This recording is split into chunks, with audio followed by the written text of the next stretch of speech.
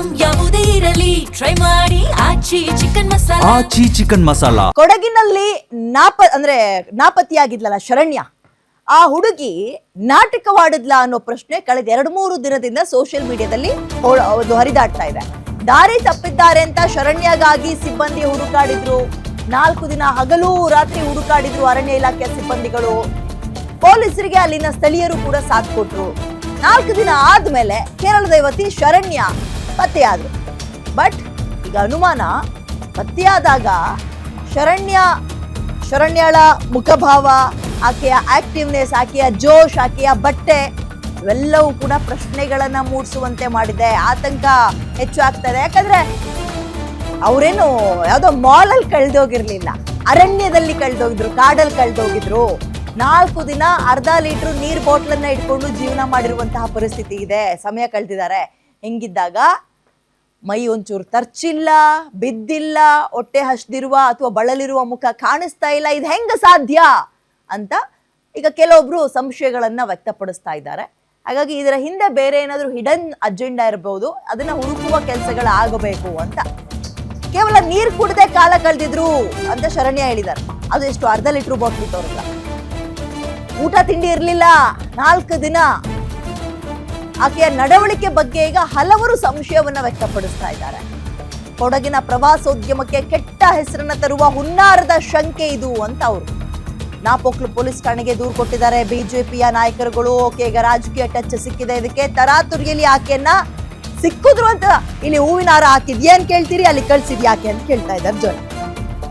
ಸೂಕ್ತ ತನಿಖೆ ಆಗಬೇಕು ಅಂತ ಕೂಡ ಬಿಜೆಪಿ ಲೀಡರ್ಸ್ಗಳು ಆಗ್ರಹಿಸ್ತಾ ಇದ್ದಾರೆ. ಇವಾಗ ಶರಣ್ಯಾಳನ್ನ ಕರೆದು ವಿಚಾರಣೆ ಮಾಡಬೇಕು. ಇದರ ಹಿಂದೆ ಬೇರೆ ಏನಾದ್ರೂ ಅಜೆಂಡಾ ಇದೆಯಾ, ಅಂಡ್ ನಮ್ಮ ಪ್ರವಾಸೋದ್ಯಮಕ್ಕೆ ಕಳಂಕ ತರುವ ಹುನ್ನಾರವ, ಇದರಲ್ಲಿ ಯಾರೆಲ್ಲ ಶಾಮೀಲಾಗಿದ್ದಾರೆ?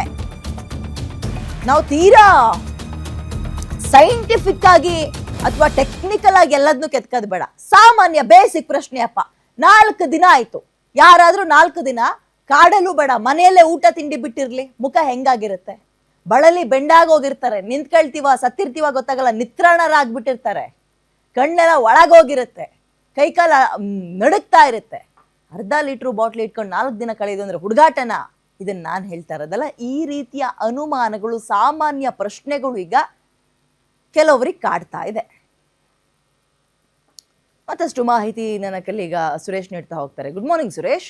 ಓಕೆ, ಈಗ ಈ ಅನುಮಾನಗಳು ಸೋಷಿಯಲ್ ಮೀಡಿಯಾದಲ್ಲಿ ವೈರಲ್ ಆಗ್ತಾ ಇತ್ತು, ಚರ್ಚೆ ಆಗ್ತಾ ಇತ್ತು. ಬಟ್ ಈಗ ಅದಕ್ಕೆ ರಾಜಕೀಯ ಟಚ್ ಕೂಡ ಸಿಕ್ಕಿದೆ.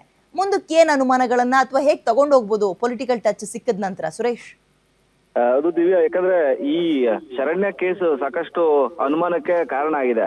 ಅಂದ್ರೆ ಏಪ್ರಿಲ್ 2ರಲ್ಲಿ ನಾಪತ್ತೆಯಾಗಿ 4 ದಿನಗಳ ಬಳಿಕ ಕಾಡಿನಲ್ಲಿ ಅಂದ್ರೆ ತಡಿಯಂಡ ಮೋಳ್ ಬೆಟ್ಟದಲ್ಲಿ ಸಿಕ್ಕಂತ ಶರಣ್ಯ, ಆಕೆ ಸಿಕ್ಕಂತ ಸ್ಥಿತಿಯನ್ನ ನೋಡದಂತವ್ರಿಗೆ ಎಂತವ್ರಿಗೂ ಕೂಡ ಅನುಮಾನ ಬರೋದಕ್ಕೆ ಸಾಧ್ಯನೇ, ಎಂತವ್ರಿಗೂ ಕೂಡ ಅನುಮಾನ ಬರದೇ ಇರೋದು.